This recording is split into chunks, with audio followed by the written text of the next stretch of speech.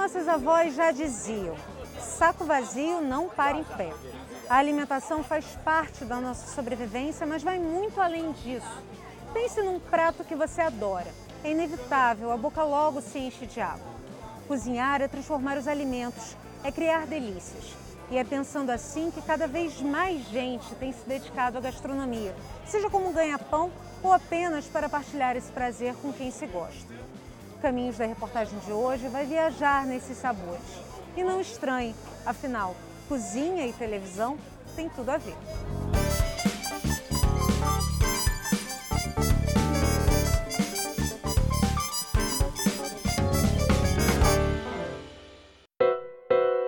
A cozinha sempre teve muito espaço na programação de TV. Nas primeiras décadas, a ideia era ajudar a dona de casa com receitas e truques culinários. Foram muitos os cozinheiros e cozinheiras que passaram pela telinha.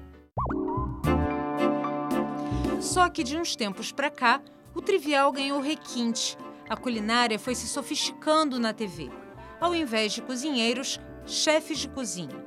A gastronomia está em alta e, como tudo no mundo do entretenimento, virou espetáculo. Os reality shows se transformaram numa febre. Eu sinto que vai ser uma batalha pesada. Vamos começar o jogo, né? Reality show é um fenômeno, né? Começou lá fora e a gente conseguiu importar esse tipo de conteúdo pro Brasil, porque o povo brasileiro, assim como uma tendência mundial, quer se ver na televisão. Então, um programa que retrate uma realidade onde o público consiga se enxergar naquele programa é realmente uma tendência. Quando você junta dois ingredientes, que é o reality show, que é algo que o telespectador brasileiro já está super acostumado a ver na televisão aberta, e você junta a gastronomia, a culinária, que é algo que faz parte do cotidiano das pessoas, são dois ingredientes muito fortes para você conseguir fazer um programa de sucesso. Esse tipo de programa hoje faz sucesso no mundo inteiro, tem canal especializado nisso, né? Canal que desenvolve faixa só para isso na TV paga, né? Como eles são, também muitos são formatos que são franquias internacionais, às vezes eu já vi aqui no Brasil mesmo, tem canais que passam o mesmo programa da forma como ele é exibido em diferentes países. Então você conhece a versão Masterchef Austrália, versão do programa tal na Espanha, enfim, é uma coisa... E tem fãs para isso também. Hoje uma das maiores tendências de busca mesmo no Google, em sites de pesquisa, são programas de culinária, são competições culinárias nos seus mais diversos segmentos. Então hoje o que acontece no Brasil é um reflexo do que já acontece no mundo há algum tempo. O boom de programas de culinária já acontece lá fora há algum tempo e agora o que acontece no Brasil é um reflexo desse sucesso todo que acontece no resto do mundo. Eu acho que a culinária virou entretenimento sem dúvida nenhuma. Eu acho que a culinária tem uma coisa muito forte que ela é visual. Então, por exemplo, quando você leva para um reality show que tem uma prova de comida, você tá vendo o tomate sendo cortado, você tá vendo, tipo, aquilo de fato dá água na boca, é colorido, tem muitos ingredientes que te prendem a atenção. Ao contrário de outros realities que são mais técnicos, que não é aquela coisa que você se coloca ali fazendo. O resultado de tanto sucesso é a fama. Chefes que antes comandavam as cozinhas de seus requintados restaurantes passaram a ser figuras populares e com direito a muitos fãs. Essa onda de programas de culinária, né, por tudo que ela representou na televisão, deve muito ao Masterchef, né? Muito do sucesso se deve especialmente aos jurados, né, que são as estrelas desse programa, né? A Paola, o Jacan e o Fogaça, né? Eles é que são a alma, não os candidatos, né? E se tornaram a marca do Masterchef, né? Você assiste o programa que você quer ver os comentários deles, né? Então eu acho que se tivesse que escolher um programa que seja, né, o mais marcante dessa onda, eu acho que é o Masterchef. No canal GNT, a estrela da companhia é o chefe francês radicado no Brasil, Claude Troisgros. Culinária é um negócio aí que você tem palavras que não são traduzíveis. Mas outros apresentadores também acabam se destacando. Eu vou usar a licença poética dos grãos e vou preparar uma saladinha morna usando grão de bico e lentilha. Para acompanhar os grãos, nabo, tomate, cebola. E vamos para a brasa. Nossa culinária ela performa muito bem, todos os programas performam muito bem. Na verdade, quando a gente fala um carro-chefe, a gente acaba levando para a nossa própria tradição. O Claude está no canal há muito tempo, a Rita veio depois, mas também já está no canal há muito tempo. O Cozinheiros em Ação já está na 5ª temporada, então a gente vai criando uma historinha com esses programas e vai se provocando e vai renovando também o formato desses programas para não ficar o mesmo programa de sempre. Eu acho que uma coisa curiosa nesses programas de competição culinária é que nenhum deles, de fato, eu acho, ensina ninguém a cozinhar, né? Quer dizer, a graça é a disputa, a graça para o espectador é ver um cara tentar e eventualmente se dar mal, não conseguir produzir o prato no tempo necessário, ou produzir mal. Agora, nenhum deles tem preocupação didática. Os programas, eles de fato não têm essa preocupação, nem acho que devem ter. A preocupação é divertimento mesmo, não ensinar alguém a cozinhar. Eu acho que tem vários fatores aí juntos. Um é as pessoas estarem gostando de ficar mais em casa. Eu acho que o programa de culinária é uma coisa que te traz para casa, para ver o que você cozinha. Eu acho que tem muito a ver com bem-estar também, de você... As pessoas já entenderam que se você fizer a sua comida, você come melhor, não importa o restaurante, pelo menos com mais qualidade, mais saudável. Eu acho que tem um pouco a ver também com a família ficar junto. O programa de culinária é um programa que não segrega, então eu acho que é uma lareirinha, eu acho que une a família inteira em torno do programa. Já vou aquecer a panela, porque essa aqui leva um tempinho para aquecer. Formada em gastronomia no exterior, Rita Lobo começou a escrever sobre comida na Folha de São Paulo. Em 2000, lançou o primeiro grande site de receitas na internet brasileira. Vieram os livros e depois um programa na TV. Para ela, cozinhar é muito mais do que preparar uma refeição. O nosso trabalho aqui, quando eu falo nosso, é porque tem uma equipe grande trabalhando comigo aqui no Panelinha. Ele é muito mais ligado à saúde pública do que à gastronomia, no sentido de que a gente leva as pessoas para a cozinha, ensina a cozinhar, ensina a planejar, ensina a pensar um cardápio saudável. Então eu não estou muito olhando para o mundo da gastronomia. Eu sempre gostei de assistir programas de culinária, né? Então assisti os programas do GNT, tá? E me interessei pelos programas de culinária com o Jamie Oliver, na época que ele tinha vários programas dele no próprio GNT, tá? Mas foi assistindo um programa da Rita Lobo, tá? Que eu a vi fazendo um pão, e ela falou do Luiz Américo Camargo, tá? E autor do livro Pão Nosso. Eu comprei o livro e fiz todas as receitas do livro, né? Daí em diante eu não parei mais. Comecei em casa, né? E naturalmente para os amigos, né? A gente começou a distribuir para os amigos no trabalho mesmo, no trabalho de TI. A gente começou a distribuir para os amigos, tá? E esses amigos começaram a patrocinar as farinhas, né? Porque eu uso uma farinha italiana, não é uma farinha muito barata, tá? Então eles pagavam a farinha e eu fazia pão para eles. Então foi mais ou menos assim que eu comecei por hobby mesmo, fazendo dentro de casa. Desde então a gente nunca mais comeu aquele pãozinho francês da padaria da esquina, tá? Era o papai que fazia o pão em casa para os filhos e para a esposa também. Tudo começou com um desejo de se alimentar melhor. Eu queria isso para mim e para minha família. Então eu gostei da proposta de não usar nenhum aditivo químico na farinha e no produto. Gostei da proposta que esse pão traz para cada um de nós, que ele tem o seu tempo de fermentação, né? A gente usa uma levedura selvagem, então a gente depende dela no desenvolvimento da massa, tá? Então eu acho que isso nos traz uma paz, uma calma, nos coloca no nosso devido lugar e vem nos dizer que nós não temos um controle sobre todas as coisas. Isso me atraiu. Então foi o meu momento ali de reflexão, é o meu momento de yoga, é o meu momento que eu trago ali, né, e que dá para refletir sobre algumas questões. Então esse é o momento que nos deixa... a gente sai do controle e o pão e a massa entram no controle da situação. É exatamente esse o comportamento que Rita Lobo defende. Se é preciso modificar hábitos alimentares, voltar à cozinha é o primeiro passo. Nos últimos 50 anos, a gente tentou viver de comida feita e temperada na fábrica, né? Então, em vez de água, a gente toma refrigerante, em vez de uma fruta, a gente come barrinha de cereal, em vez de arroz com feijão, a gente come lasanha congelada. Quer dizer, eu estou falando arroz com feijão pensando no Brasil, mas isso nos Estados Unidos, então, nem se fala, né? O resultado foi catastrófico, não deu certo. As populações começaram a engordar, engordar, engordar, e a obesidade virou o maior problema de saúde pública dos nossos tempos. Come um bom prato no almoço, come um bom prato no jantar, toma um bom café da manhã.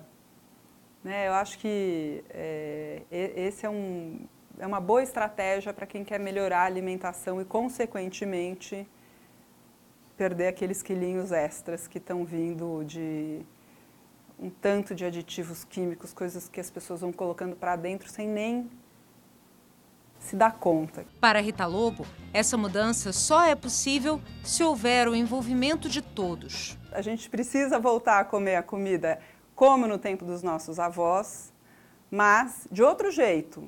E só tem um jeito: homens e mulheres na cozinha. A mulher sozinha não dá conta. E o que vai acontecer é que as pessoas vão continuar comendo nuggets e lasanha se os homens não entrarem na cozinha junto com as mulheres. O casal Juliane e César já descobriu que cozinhar junto é muito mais do que uma necessidade. Mexer com facas e panelas pode ser um grande prazer. Inspirados por programas de TV, resolveram experimentar desafios. Entraram para um clube que a cada mês envia ingredientes de uma nova receita. Quem teve a ideia de fazer essa assinatura? Foi o César. A gente já tomava vinho, né? Já gostava disso.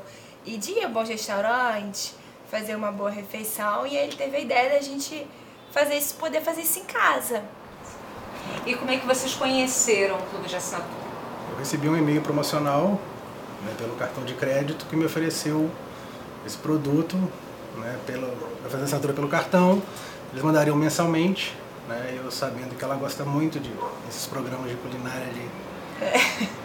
Eu resolvi assinar pra gente experimentar e poder ter um prato diferente em casa todo mês. Né? Você gosta muito de programas de TV? Gosto de programa de TV, gosto de cozinhar, gosto de experimentar coisas novas, gosto de testar receita. Eu gosto muito de fazer isso. Atualmente, você assiste programa, você procura na internet, como é que é? Eu procuro mais na internet. Às vezes eu tenho ideias assim, hoje eu quero fazer determinada receita. Aí eu procuro na internet, vejo como é que é, se é fácil, se é difícil, se é possível, né? E aí tento fazer. Vocês sempre cozinharam em casa? Sim. Sempre. A gente é bem caseiro, a gente gosta muito de ficar dentro de casa mesmo, preparar alguma coisa em casa os finais de semana. E a gente fica tentando bolar alguma coisa para fazer, para preparar em casa. A gente curte. Como é que é a divisão de tarefas aqui? Eu que geralmente preparo as carnes. Para cortar a carne ela é uma negação, né? Então, assim, sempre sai para mim as carnes e para preparar também, assim, cortar alguma coisa, picar, sempre ela deixa para mim, que é a parte chata do trabalho, isso, né? Volta um pouco na culinária de casa, que a gente tinha no passado, menos industrial e mais natural, né? Com produtos mais menos industrializados, que tem hoje provocado tanto mal aí, né? A gente quebra muito isso. Eu acho isso muito legal, assim, a valorização da cozinha, né? E não está tudo pronto, micro-ondas, micro-ondas e micro-ondas. Acho isso muito importante. É um prazer, assim, primeiro você tem que gostar, porque para a comida ficar bem feita, você tem que gostar de estar fazendo aquilo ali. E é muito legal você fazer e ver que aquilo ali, as pessoas gostaram. E não é nem só a questão da alimentação em si, é a união, a comida faz reúne, isso. Né? A família, em Minas, pelo menos, assim, a cozinha é o ponto de encontro de todo mundo, é onde está todo mundo unido. Não tem televisão ligada, não tem computador ligado, não tem todo mundo ali falando junto. E é onde até a gente aqui em casa também para os dois para ficar mais juntos, é a hora que está preparando a comida. Tá os dois na cozinha, né? É um momento que reúne mais.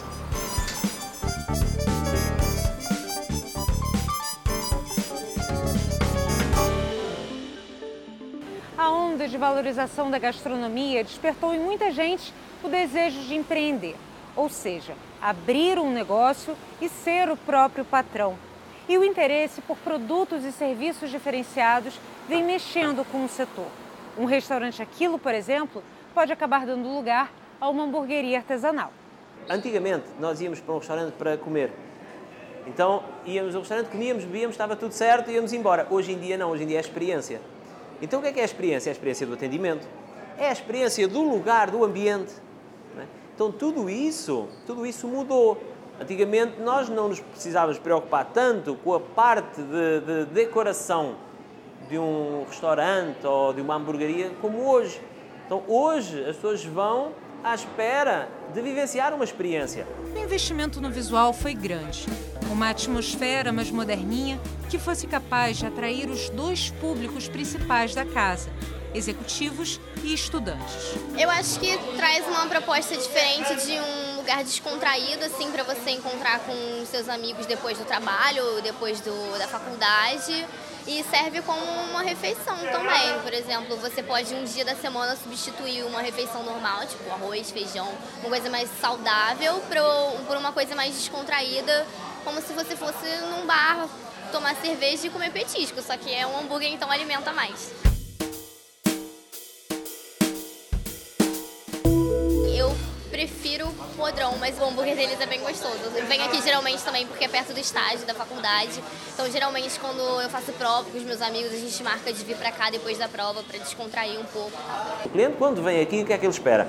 Rapidez, qualidade e um preço justo.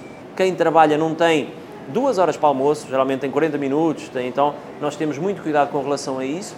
E um preço justo, porque aqui a grande maioria dos nossos clientes, eles têm o ticket de vale-refeição. E nós sabemos também que não temos que estar de acordo, isso foi um estudo que nós fizemos quando abrimos a hamburgueria, que o nosso preço não podia extrapolar aquilo que era a média dos vale-refeição que tinha aqui os trabalhadores do centro. Restaurantes, lanchonetes, food trucks ou mesmo barraquinhas de doces e salgados. São muitas as possibilidades de empreender no ramo de alimentação. E tem cada vez mais gente interessada em investir e trabalhar nessa área. De acordo com a Associação Brasileira de Bares e Restaurantes, há cerca de 1 milhão de negócios cadastrados nesse setor. São 6 milhões de empregos diretos, 2,7% do PIB do país. Desde 2015 a gente vem aí crescendo a quantidade de negócios no segmento, não apenas em função da crise, mas também pela necessidade de novos negócios no próprio segmento. Em 2017, o Sebrae fez um levantamento com as micro e pequenas empresas do setor de alimentação. Foram consultados 1.786 empreendedores. Os restaurantes de comida a quilo são os mais comuns, 47%, seguidos de lanchonetes, 18%. 4% são barraquinhas e similares e 3% são food trucks ou comércios de comida de rua. O perfil de quem montou o próprio negócio em gastronomia é variado.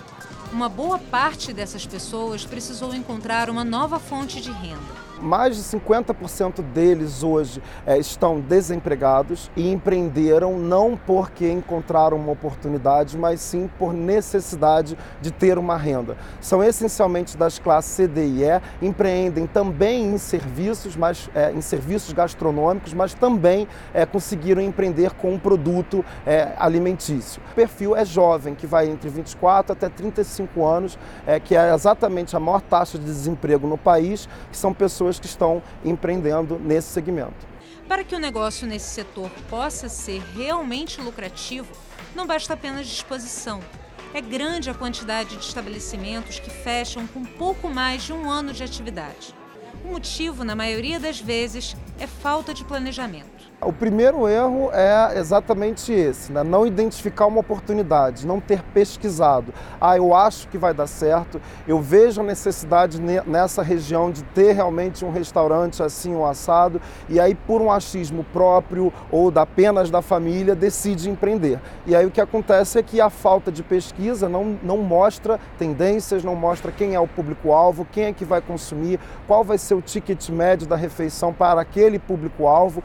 Quanto que o meu público está disposto a pagar? Entre R$40? Então, que tipo de alimento que eu vou ofertar? Nessa região, o que já existe que eu posso criar algum diferencial em relação aos demais que ali estão operando? Uma boa opção para quem quer testar as possibilidades de investir em um novo negócio é a Co-Kitchen, uma cozinha colaborativa. Um espaço para profissionais que não têm como investir em equipamentos ou que não têm espaço próprio para trabalhar. Funciona da seguinte maneira, a gente vende um pacote de horas para o cliente, que ele adquire esse pacote e consome essas horas conforme a necessidade do negócio dele.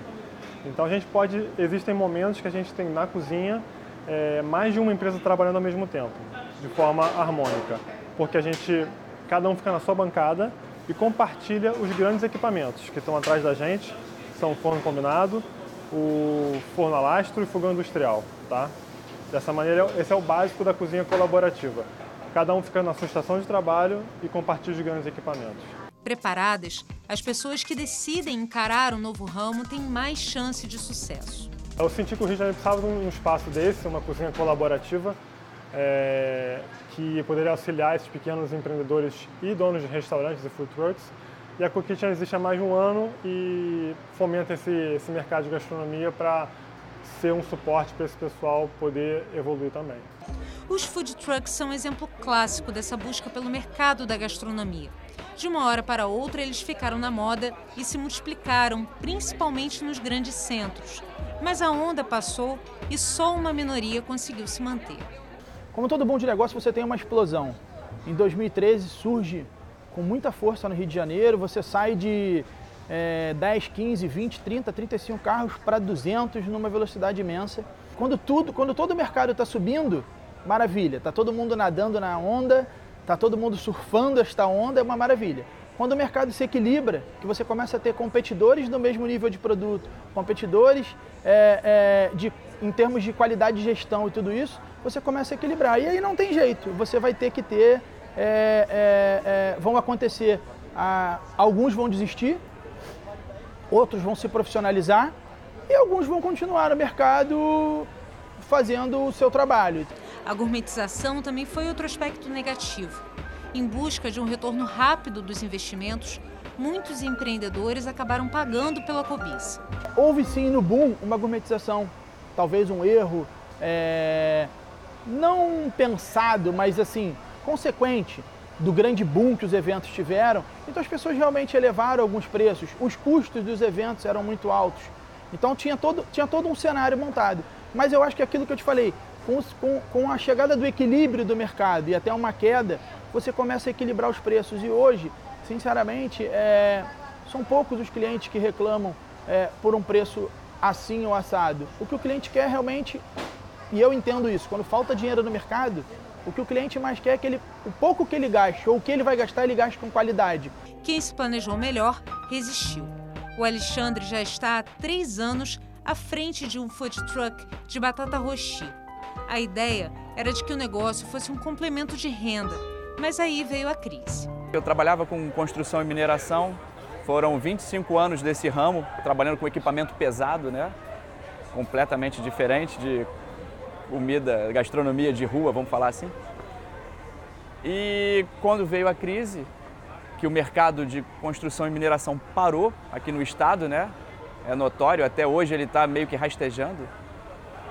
Aí eu tive que pegar o meu plano B e transformar em plano A. Então foi uma mudança muito radical, muito radical. Até porque, como diz a minha esposa, eu não consigo fritar um ovo. O desemprego também foi um motivo de Wagner Pacheco criar o Yakisoba de chefe. O negócio começou de forma bem modesta, de bicicleta. Fui pesquisar referente à comida e tudo, o que era mais procurado. Fui fazer uma pesquisa, fui até o Sebrae, fiz uma pesquisa de mercado e acabei chegando até o Yakisoba. E conheci o Bruno me incentivou a montar o Yakisoba e eu vim para cá com uma food bike com o Yakisoba de chefe. Como eu nunca tinha trabalhado com gastronomia antes, com comida antes, eu precisava montar alguma coisa pequena para saber se daria certo para lá na frente investir mais alto, que é o que tem acontecido agora.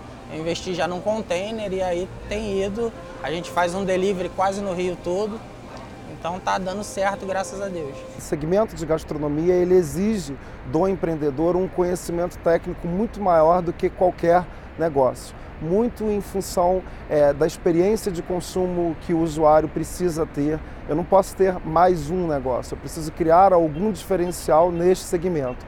Então você tem uma dificuldade de escalabilidade, na medida que eu preciso aumentar e o meu negócio precisa crescer, eu tenho que fazer um investimento e nem sempre o empreendedor tem esse conhecimento técnico. Além dos food trucks, as feirinhas gastronômicas também ganharam um grande impulso nos últimos tempos. São uma oportunidade para que pequenos empreendedores se aproximem dos consumidores.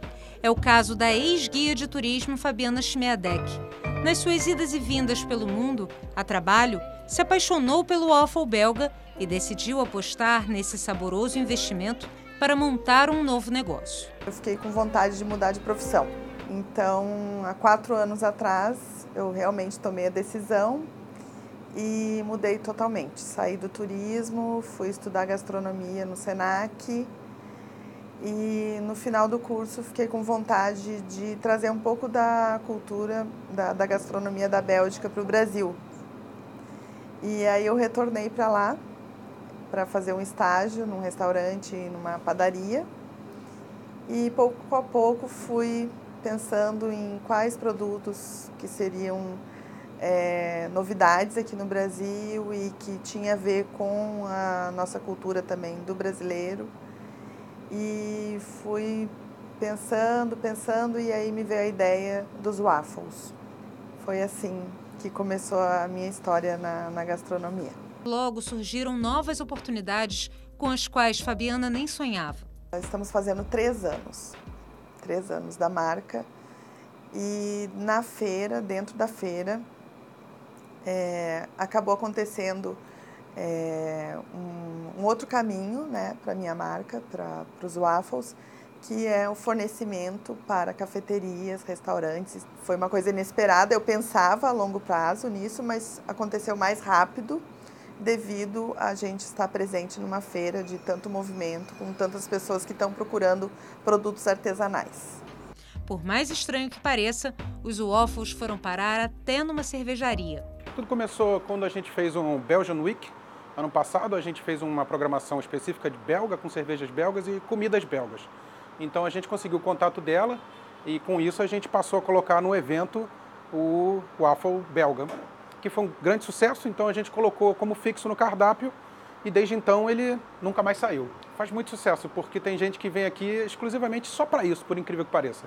Vem comer um waffle e consegue harmonizar com alguma das opções de cerveja que a gente tem aqui. Então é um grande sucesso realmente. A gente tinha outras sobremesas e tirou para deixar só o waffle belga. Eu fico muito feliz, porque quer dizer que as pessoas sabem que é um produto que você pode ir além, você pode usar a tua criatividade, pode inventar coisas novas com ele. Mas ela garante, tudo só funciona se o produto, no caso delas, o waffles, passarem pelo mais rigoroso teste de qualidade, o paladar dos fregueses. Os belgas que vêm e vão na minha barraca, eles gostam muito, falam que está muito bom, até alguns falam que está melhor o de Bruxelas que o de Bruxelas de lá, enfim. Por mais que a intuição tenha seu valor, quem quer se embrenhar pelas trilhas desse mercado deve mesmo buscar aprender como se faz. A instituição mais antiga a oferecer cursos profissionalizantes na área aqui no Brasil é o Senac, desde a década de 1970. Nós identificamos aqui claramente 3 perfis diferentes, né? Então nós temos as pessoas que de fato se identificam com a área e querem se profissionalizar. Então buscam os cursos de capacitação profissional, como o curso de cozinheiro, o curso de confeiteiro, o curso de padeiro, né? Que nós temos aqui. Nós temos também aqueles que nós chamamos de entusiastas, são aquelas pessoas que inicialmente querem conhecer um pouco mais da gastronomia, mas como hobby, né? Têm as suas profissões, mas gostam de cozinhar, gostam de receber amigos, cozinhar para a família e aí estão sempre se especializando. E temos ainda um perfil de empreendedores, pessoas que buscam se especializar na gastronomia, mas já visando a produção, né, e já visando o seu conhecimento para empreender um negócio pequeno, que pode ser doméstico, pode ser uma produção, né, um negócio familiar, mas também aqueles que nos procuram já com a intenção de abrir um restaurante, de abrir um bar, uma lanchonete. A procura pelos cursos vem crescendo e Adriana não tem dúvidas de que a onda de programas gastronômicos da TV tem influência direta nisso. Alessandra, eu acredito, né, que nos últimos anos, isso a gente fala, né, nos últimos, aqui no Brasil especificamente, eu acho que provavelmente nos últimos 15 anos de forma mais intensa, né, o acesso ao tema gastronomia. Nós temos hoje os programas de TV, né, relacionados ao tema. Se formos contabilizar de forma rápida entre os canais de TV aberta e canais de TV fechado, nós temos mais de 20 programas hoje acessíveis prontamente em torno do tema, né? Uns mais da área de bebidas, outros voltados mais para a cozinha, outros com crianças, né? Com chefes, enfim. Então é muito amplo, a gastronomia, né? É um tema muito amplo. Não é uma profissão glamurosa, ou pode até ser, ou algumas pessoas entendam como sendo uma profissão glamurosa, mas para chegar a esse ponto é uma profissão que tem que ter muita dedicação, muita seriedade, muito estudo, muito trabalho pesado, é uma rotina física de 10, 12, 14 horas por dia em pé numa cozinha, e são todas as rotinas, não é só ficar lá montando um prato, aparecendo na televisão, dando uma entrevista, é trabalhar, é lavar louça, é cortar, é picar, é preparar tudo aquilo para que o restaurante funcione. Então acho que isso é uma coisa muito importante que as pessoas entendam, que para chegar a isso você precisa passar por toda uma outra parte que nem sempre é tão glamurosa. Mas as dificuldades da profissão não são necessariamente motivos de desânimo. Laís e Gabriel já concluíram o curso e foram selecionados para participar de uma competição profissional. Eles passam horas estudando e treinando na cozinha da escola. Se vencerem a etapa nacional, vão disputar a final contra cozinheiros do mundo todo na Rússia. Quando eu falei que queria fazer gastronomia, as pessoas não reconheciam muito essa profissão ainda.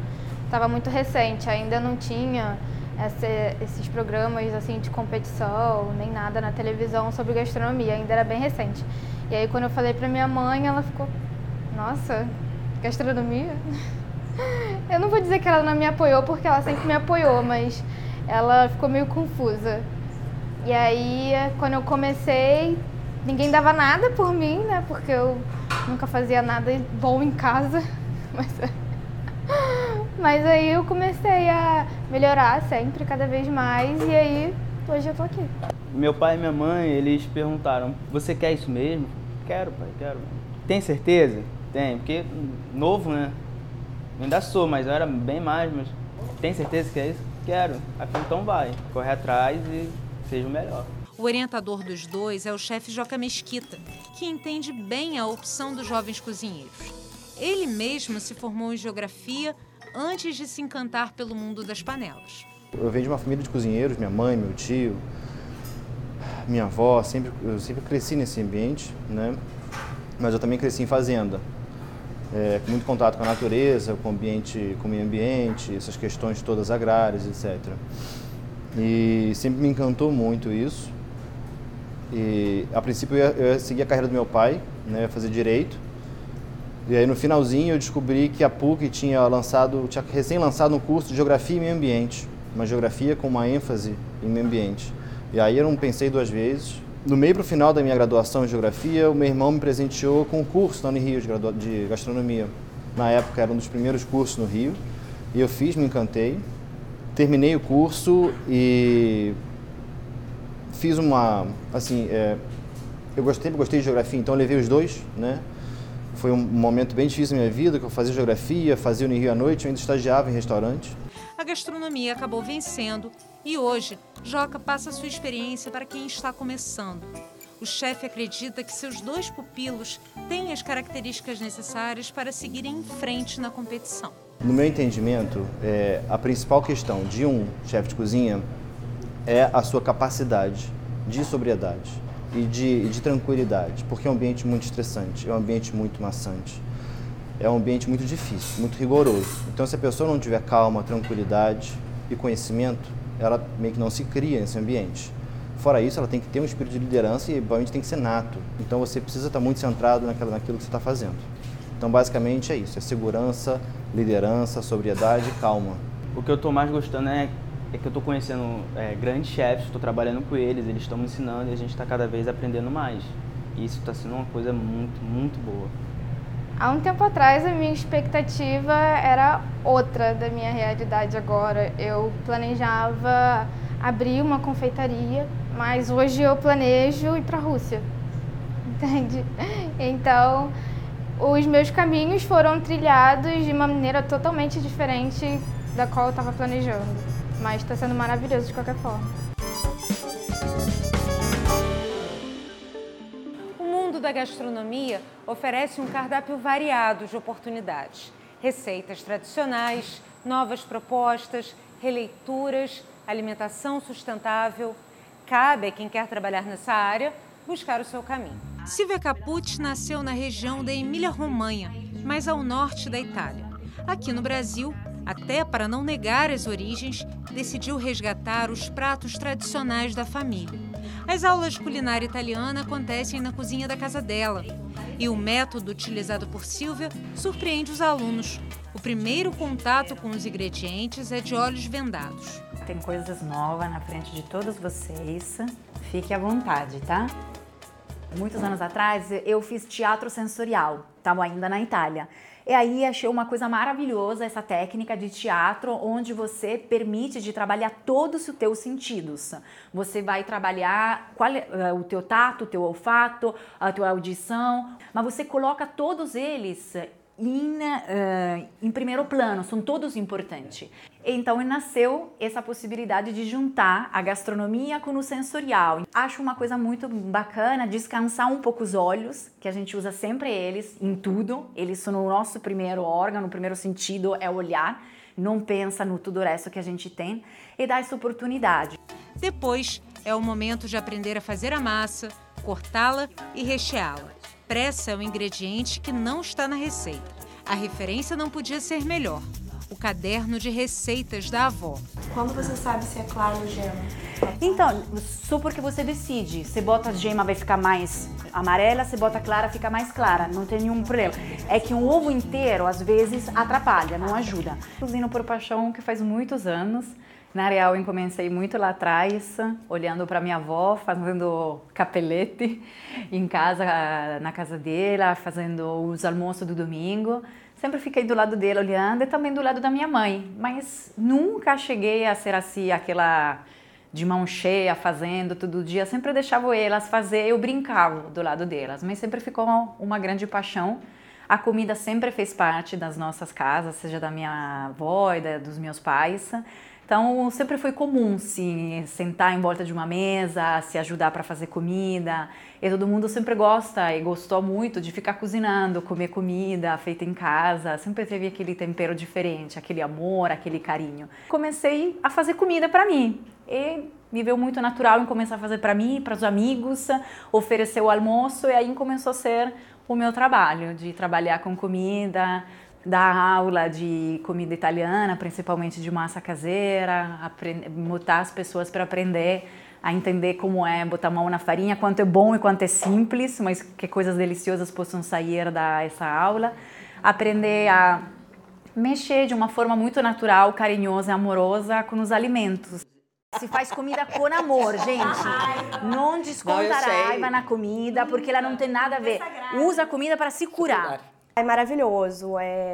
A Silvia pensa muito nos detalhes, né? Dá para ver que ela prepara a aula com muito carinho, com muita atenção.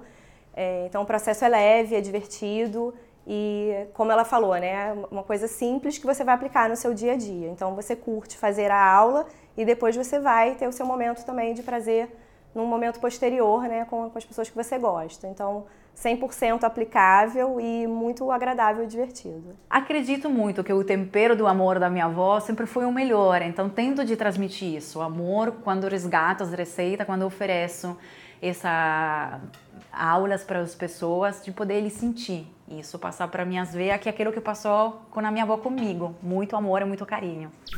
Da Itália para a França. Foi num período que passou em Paris que a jornalista Joana Carvalho decidiu mudar de ramo e mergulhar de cabeça no mundo dos sabores. Costumo contar uma história de que na minha rua em Paris tinha um pequeno restaurante que ali tinha tudo que eu queria. E, coincidentemente, eu fiquei amiga do chefe e entendi como é que ele funcionava num lugar tão pequeno e tão cheio, que fazia tanto sucesso. Eu falei, eu vou fazer uma coisa bem pequena. Quando eu voltar para o Brasil, eu quero ter uma coisa muito pequenininha, onde eu possa criar o básico com todos esses sabores e esses universos, né? Era preciso encontrar um lugar nesse mercado tão amplo e Joana optou pela alimentação saudável.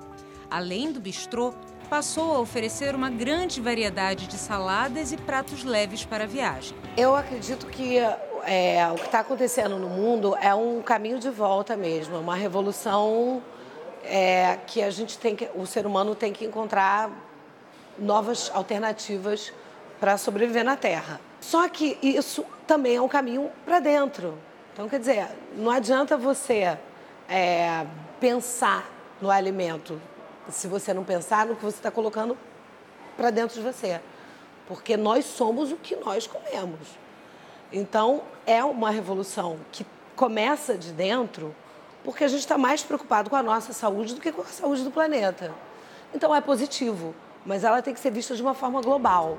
No cardápio do restaurante, os ingredientes tipicamente brasileiros assumem o papel principal e vão se combinando em delícias, como, por exemplo, numa moqueca de palmito pupunha com banana da terra.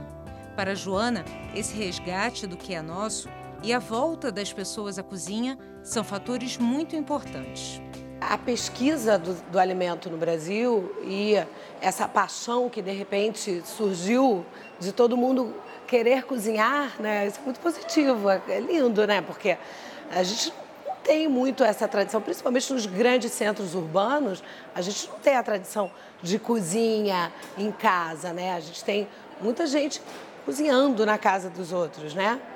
Então, você já começar a trazer isso em casa é super importante para a nossa cultura até. Quer dizer, a gente reconhecer e valorizar o que a gente tem, o que a gente faz, botar a mão na massa e levar para dentro é um processo lindo de conhecimento e de formação cultural, de reafirmação cultural. Bom, o que a torna brasileira é a nossa biodiversidade, que é a maior do mundo, né?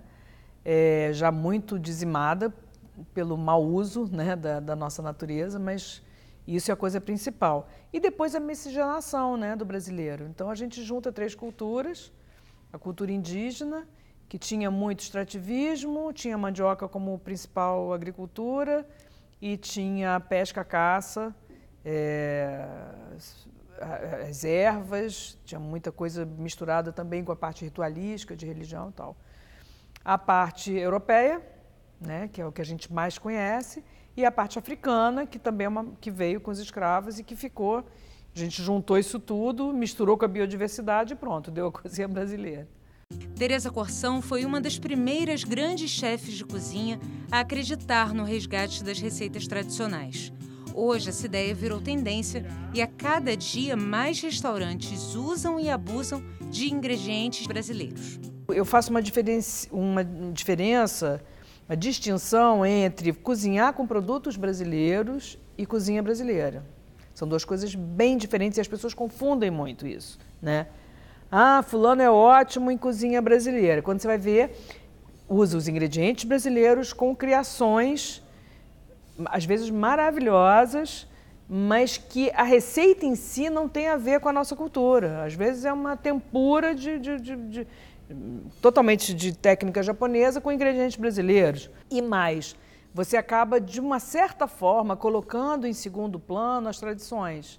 E meio que dizendo, isso é uma coisa antiga, tradição é uma coisa passada. Não. E, na verdade, o que acontece? A tradição, ela é a repetição, por várias gerações, de alguma coisa que deu certo, né? Aí repete, aquela coisa de passar de mãe para filha e tal.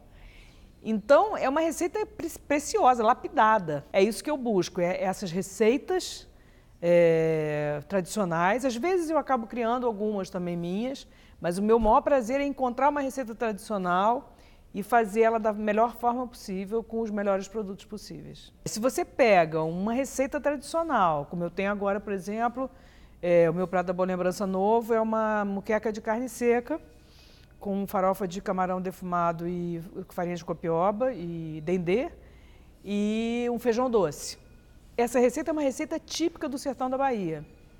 Me foi dada por uma pessoa muito simples, lá do interior. E aí eu falei, por que não fazer ela de uma forma caprichada, mas não é só no visual e não é só gourmetizar, é você prestar atenção em cada aspecto daquela receita e caprichar naquilo, né? Então, por exemplo, se tem uma farofinha, eu vou querer que essa farofa seja feita com a farinha de copioba, que é a farinha da Bahia, a melhor farinha da Bahia, né? E não é à toa que ela está ali naquela receita, porque ela tem uma crocância, ela tem um ponto de torrefação que contrasta super bem com o resto da receita. E se é uma tendência da gastronomia, a TV vai atrás. O MasterChef é um formato de muito sucesso, ele já foi feito em mais de 52 territórios. Então já houve muitas adaptações do formato no mundo inteiro, mas ele possui elementos de formato muito forte, muito consagrados, muito consolidados. Então, quando você importa para o seu território, é muito fácil de você adaptar. Para o Brasil, a gente basicamente adaptou a questão cultural. Então isso para a gente é muito importante, a representatividade e a diversidade do povo brasileiro. Não só do povo brasileiro, mas de quem faz o Brasil. Então a gente busca sempre, hora ou outra, você vê que dentro do nosso casting, a gente tem pessoas que não falam português, são pessoas de fora, mas que moram no nosso país e fazem a diversidade cultural do nosso país. Outros canais também seguem essa linha. O programa Cozinheiros em Ação, do GNT, é um exemplo disso. O apresentador é paraense e entre os jurados há uma paulista, um mineiro e uma pernambucana. É muito importante porque a gente descobre um Brasil, né? Um Brasil plural, um Brasil onde não fica distante do seu povo, onde você vai se olhar em cada pedaço, em cada chefe, em cada lugar, em cada restaurante. Então, o meu restaurante, ele não é São Paulo, ele não é Rio, ele não é Bahia, ele não é só Pernambuco. Ele é um pedaço do Brasil, né, dessa terra que é tão rica, que nos trouxe tantas possibilidades. Terra de gente empreendedor, terra de gente trabalhador, um povo que luta, né? Então, os chefes, eles são o retrato da sua terra.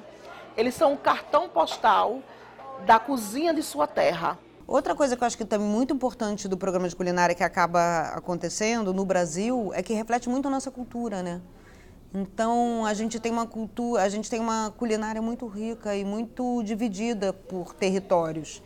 E acaba que une todo mundo, e você tem aquela avó que era da Bahia, que tem uma memória afetiva muito grande com aquele tempero, acaba aprendendo uma receita nova, outra culinária que é a clássica do Pará. E eu acho que o barato é você fazer a sua culinária, pegar uma referência de cada lugar, eu acho que isso também aproxima. Há uma mania de afrancesar, né? A escola francesa trouxe, de certa forma, essa conduta, essa retidão, não é? De que os chefes têm que estar tudo bem composto, tudo muito certinho, tudo muito direitinho, fugindo em contrapartida dos cozinheiros. Os cozinheiros são, né? Em sua grande maioria, são gordos, têm as pernas inchadas, riem alto, são extravagantes.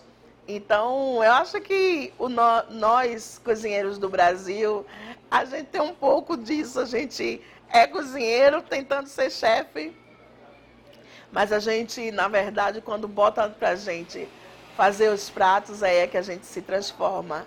Se fosse degustação às cegas, seríamos o primeiro do mundo, com certeza, porque o nosso povo, ele tem borogodó.